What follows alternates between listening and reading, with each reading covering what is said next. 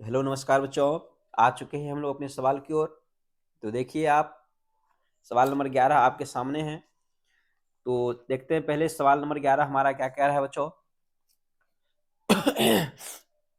देख सकते हो आप सवाल नंबर 11 ये रहा और इसके सामने यह चित्र बनाया हुआ है पहले से ही।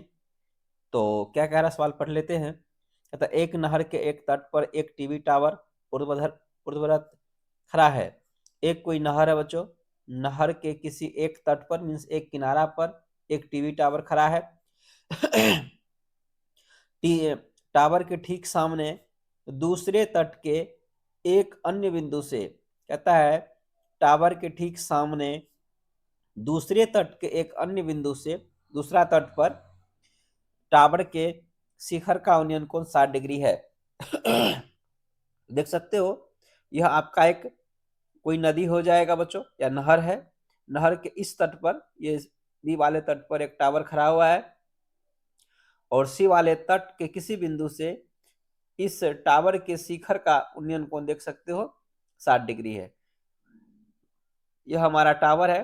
टावर का शिखर का उन्नयन कोण दूसरे तट सी बिंदु से 60 डिग्री है। कह रहा इसी तट पर इस बिंदु से 20 मीटर दूर और इस बिंदु को मीनार के पाद से मिलाने वाली रेखा पर स्थित एक अन्य बिंदु से टावर के शिखर का उन्नयन कोण 30 डिग्री है। देखिए चित्र आपका यह चित्र है। टावर की ऊंचाई और नहर की चौड़ाई ज्ञात करें बच्चों। तो देख सकते हो आपका टावर ए बी है। नहर का एक जो किनारा है हमारा तट है वह बी है, दूसरा तट सी है। सी से शिखर का उन्नयन कोण टावर का 60 डिग्री और इसी तट पर इसी बिंदु से 20 मीटर दूर कोई बिंदु लिया गया, उस बिंदु से टावर का शिखर का उन्नयन कोण 30 डिग्री है। तो नहर की चौड़ाई एवं टावर की ऊंचाई निकालना है बच्चों। तो देख सकते हो इस सवाल को का जो चित्र है इस प्रकार से दिया हुआ है, ये है। हम इसको लिख लेते हैं। तो देखो बच्चों सबसे पहले यहां पर हम लोग लिखेंगे इसे माना माना कि ए बी एक टावर है जिसकी ऊंचाई h मीटर है। यह मान लिए कोई एक ए बी टावर है जिसकी ऊंचाई h मीटर है, यहीं पर मान सकते हैं बच्चों। एवं बी सी बराबर x मीटर। ये देख सकते हो यहां से आप BC को क्या मान लिए, हम x मीटर BC को मान लिए। तथा CD is equal to 20 metre. देख सकते हो CD की लंबाई 20 है और BC को हम मान लिए x एवं AB को मान लिए h मीटर। यहां से एंगल दे सकते हो बच्चों ACB is equal to 60 degree. Angle ADB is equal to 30 degree. तो यहां से जो हल करेंगे हम लोग लिखेंगे इस प्रकार से समकोण समकोण त्रिभुज। कौन सा त्रिभुज बच्चों? तो देख सकते हो इस छोटे वाले त्रिभुज को पहले हम लोग हल कर लेते हैं। समकोण त्रिभुज ए बी सी में अगर समकोण त्रिभुज एबीसी को हम लोग देखें तो देख सकते हो यहाँ थीटा है तो यह लंब हो गया और यह बोला हो जाए आधार हो गया। तो यहां से लगा दो tan theta is equal to A B बटा बी सी। तो थीटा कितना 60 डिग्री। ए बी का वैल्यू h, बी सी का वैल्यू x। उसके बाद वैल्यू रख दो आप टेन 60 का √3 इज इक्वल टू h बटा x। अगर यहां से आप हल करोगे बच्चों तो क्रॉस करेंगे जैसे ही, तो यहां से इस तरह से क्रॉस करेंगे h is equal to x√3 और इसे मान लो आप समीकरण नंबर 1 जो कि वैल्यू हो गया आपका h का। इसी के साथ हमें क्या करना है लिखेंगे पुनः कौन सा त्रिभुज, तो दूसरा त्रिभुज समकोण त्रिभुज इस प्रकार से। और देखो बच्चों अभी हमने हल किया ए बी सी त्रिभुज को। अब हल कर लेते हैं ए बी डी त्रिभुज को। देख सकते हो ए बी डी त्रिभुज जैसे ही हल करोगे ए बी डी, इसमें बी डी की जो लंबाई है ना उसमें दो है, एक है बी सी, दूसरा है सी डी। बी डी की लंबाई के लिए आपने दो भुजा लेना है, बी सी एवं डी सी। चूंकि डी सी का वैल्यू आपको पता है, बी सी का वैल्यू पता है, वह एक्स है। तो यहीं से आपको क्या करना है, त्रिभुज का नामकरण कर देना है ए बी डी में। इस त्रिभुज में आपको लगाना होगा फिर से कौन सा रेशियोज, आप देख सकते हो ये वाला एंगल आपका पता है, यह हो गया आपका लंब और यह हो गया आधार, तो 10 ही लगेगा बेसिकली। लगाएंगे 10 theta is equal to A B बटा में बी डी, और 10 थीटा है हमारा 30, ए बी का वैल्यू h, बी डी को आपने क्या करना है x प्लस 20। देखो बी डी की जगह पर हम ले लिए क्या, x प्लस 20। कैसे लिए तो देख सकते हो यहाँ फिगर से बी डी यह रहा, बी डी में दो हिस्सा है बी सी एवं सी डी। तो बी सी ले लिए हम x और सी डी ले लिए 20, इन दोनों को जोड़ दिए तो मिल गया हमें बी डी। यहाँ से आप हल कर सकते हो 1/√3 10 का h बटा x प्लस 20। इस तरह से वैल्यू आप रखो और इसको हल करो। अगर इस तरह से हम क्रॉस करते बच्चों तो x plus 20 is equal to h√3, और इसे मान ले समीकरण नंबर 2। यहीं से आपने क्या करना है कि h का जो मान पता है यहाँ पुट कर दे। तो लिखेंगे हम लोग समीकरण 2 में किसका मान, तो h का। समीकरण 2 में h का मान रखने पर समीकरण 2 में रखेंगे बच्चों। यहां पर हम लिखेंगे समीकरण 2 को, यहां पर क्या होगा समीकरण 2 हमारा, तो देख सकते हो समीकरण 2 है x प्लस बी बराबर h√3। x plus 20 is equal to h√3। किसका मान रख रहे हो, h का। h का कितना मान है आप देख सकते हो, यहां से x√3 है, h की जगह पर पुट कर दो। तो x plus 20 is equal to h की जगह पर क्या रखना है आपको, x√3 अक्रॉस में फिर से ये वाला √3, ये √3 तो यह रहा, और यह x√3 किसका मान, तो h का। यहां से बढ़ना है आपको, लिखना होगा, अब यहां से गुना कर दो 3x, और देख सकते हो दोनों x एक जगह एक तरफ आ सकता है। 20 is equal to 3x minus का x, ये वाला x दूसरी तरफ गया तो माइनस का x। अब बताओ यहाँ पर क्या मिला, 20 इज इक्वल टू यहाँ पर माइनस करने पर 2x, और इसी तरह से बच्चों अगर x का मान निकालोगे तो 20 बटा में 2 कट गया, तो x बराबर 10 मीटर, जो कि यह रहा आपका नदी की चौड़ाई। यह रहा एक आंसर। अब इसके बाद आपको क्या करना है, जो निकालना है आपको टावर की भी ऊंचाई ना, ये रहा आपका टावर, h का मान निकालना है। तो आप देख सकते हो h का मान आपको पता है यहाँ पर x√3, तो यहीं पर लिख देना है आपको समीकरण 1 में x का मान रखने पर, तो h is equal to x√3 है, तो h is equal to x का मान 10√3 मीटर। यही रहा आपका बच्चों आंसर। इस प्रकार से आपका आंसर हो गया, नदी की चौड़ाई 10 मीटर और टावर की ऊंचाई 10√3 मीटर। आप देख सकते हो, इसे आप फटाफट नोट कर ले, इस तरह से ले लो स्क्रीनशॉट हो सके तो। ये रहा, और दूसरा आपका ये रहा। तो बच्चों आप इसे सही ढंग से समझे, एक बार पुनः हो सके तो बैक जाए फिर से समझे इसको। चलो आगे बढ़ते हम लोग। अब लेंगे बच्चों, ये सवाल है हमारा 11 नंबर। अब आपके लिए हम लेकर आ रहे हैं सवाल नंबर 12। बच्चों यदि आपने इस चैनल को सब्सक्राइब नहीं किए हैं तो प्लीज एक बार जरूर इसे सब्सक्राइब कर ले, बेल आइकन के घंटे को जरूर बजा ले, ताकि अपलोड की जाने वाले तमाम वीडियो जरूर आप तक पहुंचे बच्चों। चलो हम लोग चलते हैं सवाल नंबर 12 की ओर। तो बच्चों आ चुके हैं हम लोग अपने सवाल नंबर 12 की ओर। अब देख सकते हो आपके सामने यह फिगर पहले से हम बना रखे हैं ताकि आपका समय नष्ट ना हो बच्चों। ये देखो सवाल नंबर 12 आपका क्या कह रहा है? सवाल नंबर 12 कह रहा है 7 मीटर ऊंचे भवन के शिखर से एक केबल टावर के शिखर का उन्नयन कोण 60 डिग्री है।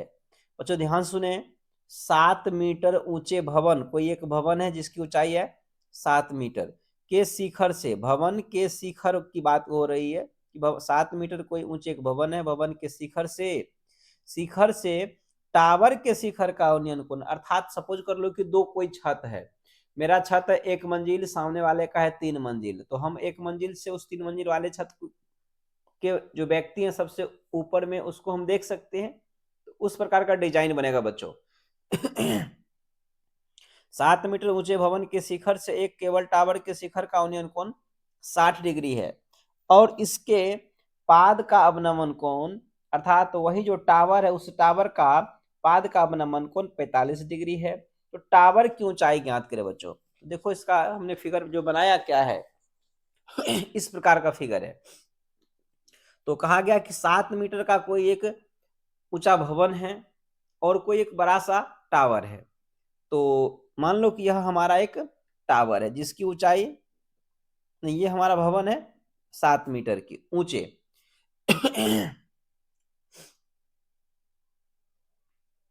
अब इसके बाद यह हमारा AE एक कोई टावर है बच्चों। तो यह जो हमारा CD एक कोई भवन है जिसकी ऊंचाई 7 मीटर है, इस भवन के शिखर से इस भवन के शिखर से इस टावर के जब शिखर को देख रहे हैं ना, भवन के शिखर से टावर के शिखर को जब देख रहे हैं तब यहां पर उन्नयन कोण बन रहा है वो 60 डिग्री का। और आप जानते हो उन्नयन कोण या अवनमन कोण किसके साथ बनता है, तो हमेशा क्षैतिज रेखा के साथ बनता है एवं दृष्टि रेखा के साथ।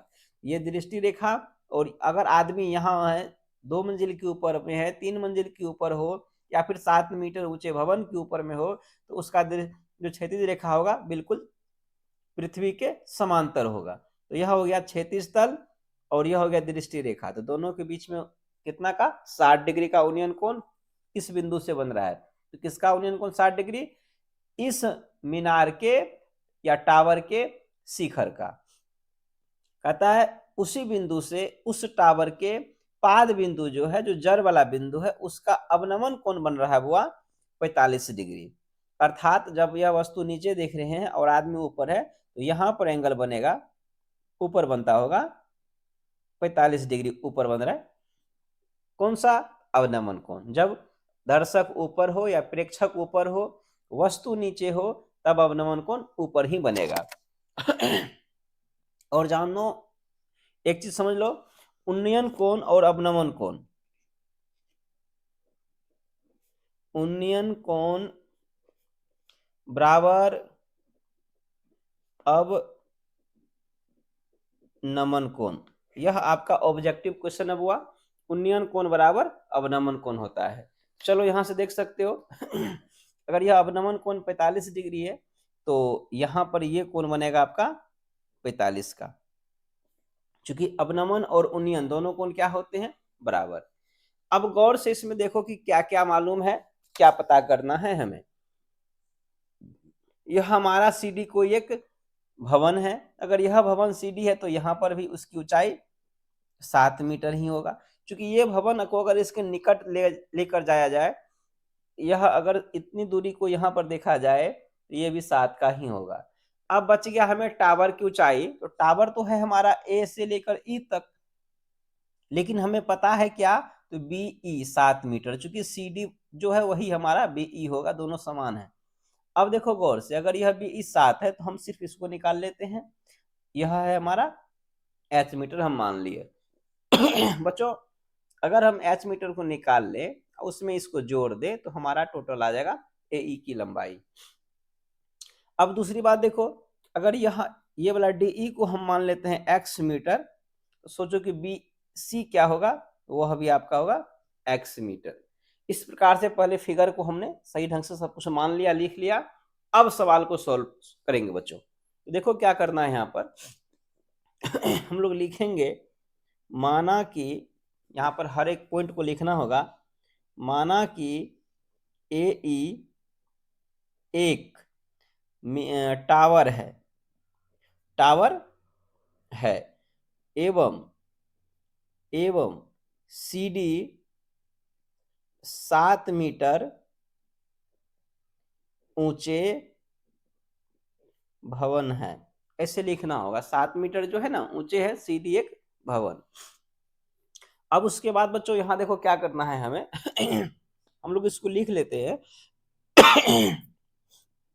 सी डी बराबर बी ई बराबर 7 मीटर। सी डी की जो लंबाई है वही हमारा बी ई की हो गया था, हम उसको 7 कर दिए। आगे लिखेंगे माना कि इसको हम मान लेते हैं, अगर यह दोनों बराबर है तो हम यहाँ पर लिख देंगे माना कि डी ई बराबर एक्स मीटर, इसलिए डी ई बराबर बी सी बराबर एक्स मीटर। अगर डी ई को हमने एक्स माना तो डी ई और बी सी दोनों बराबर है तो बी सी भी हमारा एक्स ही हो जाएगा। अब उसके बाद देखो इसको हमने एच माना तो इसे भी लिख देंगे एवं ए बी बराबर एच मीटर, इसको एच मान लिए। अब वह क्या क्या दिया हुआ है एंगल आप देख सकते हो। तो देखो एक छोटा वाला त्रिभुज हमारा ऊपर रहा, ये देखो सही से ए बी सी एक त्रिभुज रहा। अगर ए बी सी त्रिभुज को हल कर लेंगे, ए बी का मान निकाल लेंगे। तो अब सोचो कि ए बी सी त्रिभुज में ए बी का वैल्यू कैसे आएगा। अगर यह वैल्यू हमें मिल जाए तो एच का मान निकाल लेंगे, अर्थात बी सी का। देखो बी सी का कैसे आएगा, तो बी सी बराबर डी ई है, तो डी ई का मान निकालो। अब डी ई का कैसे मान आएगा बुआ, डी ई का मान आ जाएगा सी डी ई त्रिभुज से। चलो इस त्रिभुज को हल कर देते हैं यहाँ पर एंगल हम नहीं लिखे क्योंकि लॉन्ग हो रहा था, लिख दिए हल। छोटा वाला त्रिभुज को समकोण यहाँ पर लिखना होगा ऐसे, समकोण त्रिभुज सी डी ई में। अब बताओ अगर यह थीटा है तो इसके सामने यह लंब यह आधार, तो लंब बटा आधार हमेशा टेन ही लगेगा। Tan theta is equal to C D बटा डी ई, और थीटा है हमारा 45 डिग्री, तो सी डी हमारा 7 और डी ई हमारा x। इस तरह से अगर इसके वैल्यू को रख दे 1 बराबर 7 बटा एक्स क्रॉस करने पर क्या मिलेगा, x बराबर 7 मीटर।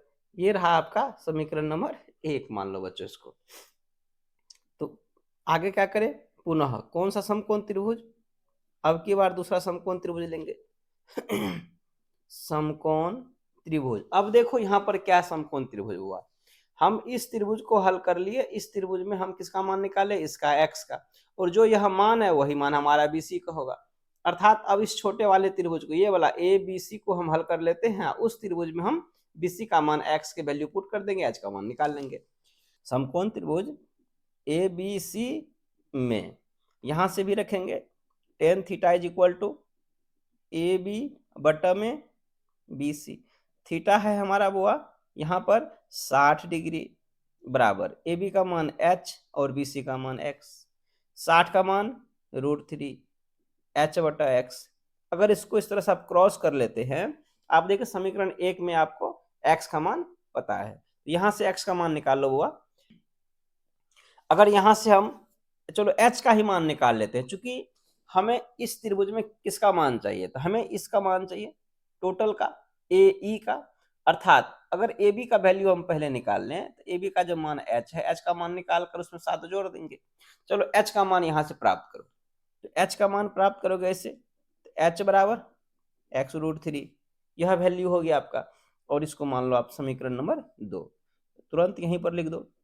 समीकरण 2 में x का मान रखने पर ये रहा। चलो इधर लिख लेते बुआ, यहां पर समीकरण 2 है हमारा h is equal to x√3। चलो h is equal to x का मान है हमारा 7, देख सकते हो यहाँ पर भी 7√3, यह किसका मान होगा बुआ, h का। अब हमें यहाँ पर क्या निकालना है, टावर या फिर भवन, ये जो है टावर ही है, ये ए ई टोटल ये टावर है हमारा, इसकी लंबाई निकालना है। हम लिखेंगे यहाँ पर इसलिए टावर कौन सा, ए ई की लंबाई बराबर, अगर ए ई को देखो आप ए ई को देखोगे तो ए बी या प्लस बी ई मिलेगा। यहां से लिख देंगे A B plus B E. अब जरा बताओ वो ए बी आपका क्या है, तो ए बी एच है, जो एच का मान आपको पता है 7√3, 7√3। और बी ई आपका क्या है, तो देख सकते हो बी आपका 7 है, तो यहाँ पर रख दो 7। अब दोनों में 7 कॉमन है, निकाल लो, √3 + 1। यही हो गया बुआ आपका आंसर, जो कि टावर की ऊंचाई है। तो बुआ आज इसकी यहां पहले इसको लिख सकते हो आप, ये रहा आपका सवाल नंबर 12, तो यहां तक इस तरह से। वो अब मैं आपको बता दूं यदि आपने हमारे इस प्यारे से चैनल EMS क्लासेज को सब्सक्राइब नहीं किए हैं तो प्लीज आप सबसे पहले सब्सक्राइब कर ले। और मैं आपको पुनः यही बात बता दूं कि इस चैनल पर आपके लिए अच्छा अच्छा कंटेंट अपलोड किया जा रहा है। आप इसे देखकर आप अपने बोर्ड एग्जाम की तैयारी को मजबूत करें बच्चों। तो इसी आशा और उम्मीद के साथ आज यह वीडियो हमने अपलोड किया, आप इसे को सही ढंग से देखे होंगे। तो मैं बता दूं आपको पुनः कि आज की इस क्लास को यहीं पर ओवर करते हैं बच्चों। तो चलिए अब मिलते हैं हम लोग अगले वीडियो में। तो तब तक आपको good night, bye bye, thank you for watching.